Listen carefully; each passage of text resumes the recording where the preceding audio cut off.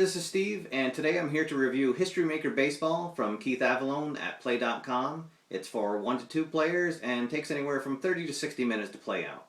Now, there's lots of other tabletop baseball games out there already, but how this one sets itself apart is instead of having stats or numbers on their cards, each player has a list of qualities, and the at-bats are going to be resolved by rolling 4 dice, checking on the play chart to see if a player has a quality, and if that player is going to get a hit or a strikeout.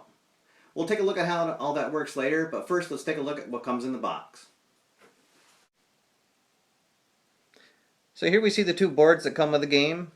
This bottom one is where you'll put the pitchers and the batters. And then the top board is where you'll put the umpire cards. So each set comes with umpires, and the umpires themselves also have qualities listed that can possibly come into play during the game. So this is the game booklet that has all the charts laid out in it that you'll be referring to during the game, as well as the instructions that are in the back of it. This is the page that you'll be on most of the time that has all the results for each of the at-bats, and they're laid out in sequential order. And then there's some other charts that we'll get a little bit more into as we go through a sample of play. And here we'll take a closer look at the cards that come with the game. Included is the 1975 Cincinnati and Boston teams, so you can relive one of the greatest World Series ever. But there are several other professional seasons available, ranging all the way from the 1923 season up to the current season, as well as 2 of the fictional sets. So let's take a look at a sample turn now and see how all these qualities work out. Okay, so here we are, game 1 of the 75 series. Luis Tiant pitching to Pete Rose, and we're going to roll the dice. And we roll a 1, 2, and 4. Regardless of the color of the dice, you're just going to put them in sequential order. And then we're going to take a look at the book and see what that means. So here we'll go to the book and we'll go to the 1 section. And at 1, 2, 4, it's going to ask, does the pitcher have the control quality? And we see that Luis Tiant does. And so that means that he gets Pete Rose to ground out to the shortstop, and we've got 1 down. So with 1 out, Joe Morgan will step up to the plate. The pitch. Roll a 1, 6, 6. With the decider die as a dot. So we'll go to the 1, 6, 6 column, and we'll see down here it's going to ask if the pitcher has the workman quality, which he does not. So we'll move on to the batter column. Batter column is going to ask if he has the whiffer quality, and he does not. So we're going to move on to the fielder column this time. And down here it'll say that he grounds out to third base, so he's the second out of the inning. But you'll notice that this is in red, which means that for the next at-bat we're going to go to one of the special charts of the game, the experience chart, and we'll show you what that's like here in the next at-bat. Alright, so here we see the player experience mini chart, and this is referencing there in the bottom left of the card. You can see the experience level. Luis Tiant is an icon, and Johnny Bench is also an icon. Just for an example, I'll show you Ken Griffey. At the time, he is a semi-prospect. So those are the 2 experience levels you'll see. Also, some players will have nothing listed, so they're neither an icon nor a prospect. And basically all you're going to do on these mini charts is you're just going to roll 2 dice, and then the same way put them in sequential order. So we'll say with Tiant facing bench, we roll a 1, 6, and you'll see that that's asking if the pitcher is an icon, and Luis Tiant is, so he fools the batter into swinging an inside pitch, and he grounds out to the shortstop for the out. So let's look at an example of what would happen with a decider die roll. Let's say if you rolled a 4, 5, 5 with the decider die a dot, and you're going to look at this chart here, and it's going to ask if the pitcher has the flash quality, which we see Luis Tiant has a flash with a dot, and the die came up with a dot, so that means for this at bat he does have the flash quality, so it would be a strikeout. If the dot came up a blank, he wouldn't have the flash, and we move on to the next result. So here's a quick overview of some of the parts of the book we haven't got to see yet. Here we see the infield, outfield, and plate drama This is where we're going to look at the player's fielding qualities. Here we see like Joe Morgan, his fielding is a semi-gold, whereas Pete Rose is a semi-iron player.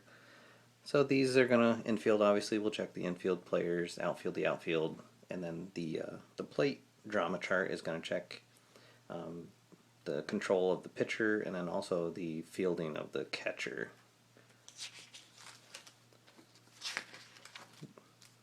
So we already talked about the player experience chart. Up here is the baseball right now chart, and then over here is the team chemistry. These are mini charts that are going to be referenced from the color-coded results on the main page. Blue for right now, purple for the team chemistry, and then of course red for the player experience. The right now chart deals with players that are either hot or cold, and the booklet describes how those go through, but it's fairly intuitive. If a batter struck out his last at bat, he's cold. If he got a hit, his last at bat, he's hot. And then down here is a couple separate little micro charts, the fence and the glove chart. These will come into play at certain results on the main booklet, add a little more drama to the deep drives to the outfield, and also where you'll separate the scrappers from the sluggers from the home run kings. And now the one result that we haven't discussed is the unusual results. And that's what's going to happen when you roll any combination of a 1, 3, and 5 on the regular D6s. And then what's going to happen is, depending on what color die is the 1, you're going to go to that appropriate chart. So there's one chart for the ballpark qualities. So you can have small parks or big parks, and they'll make a difference whether it's a fly out or a home run. And then there's, if it's a white 1, then you'll go to the umpire charts. That's where those umpire cards are going to come into play. And then there's different sections for each situation of runners on base.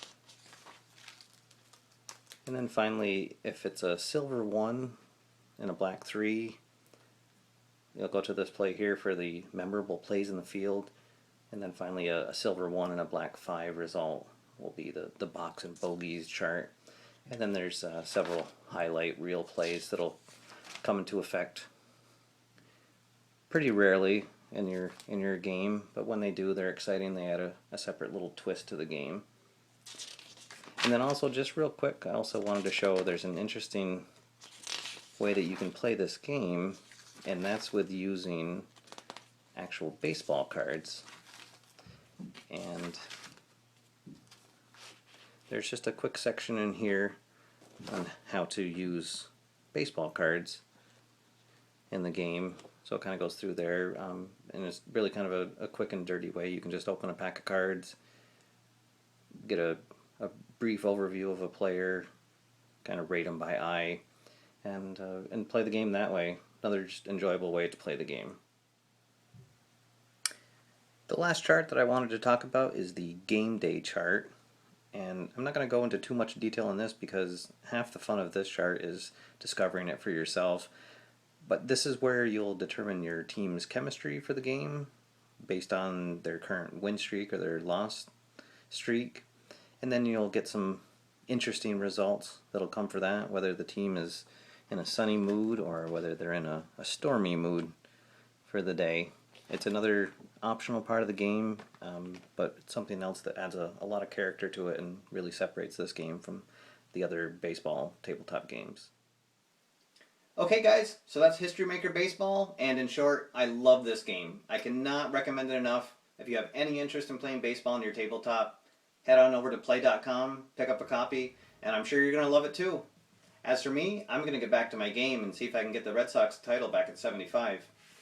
Thanks for listening. My name's Steve. I'll see you next time.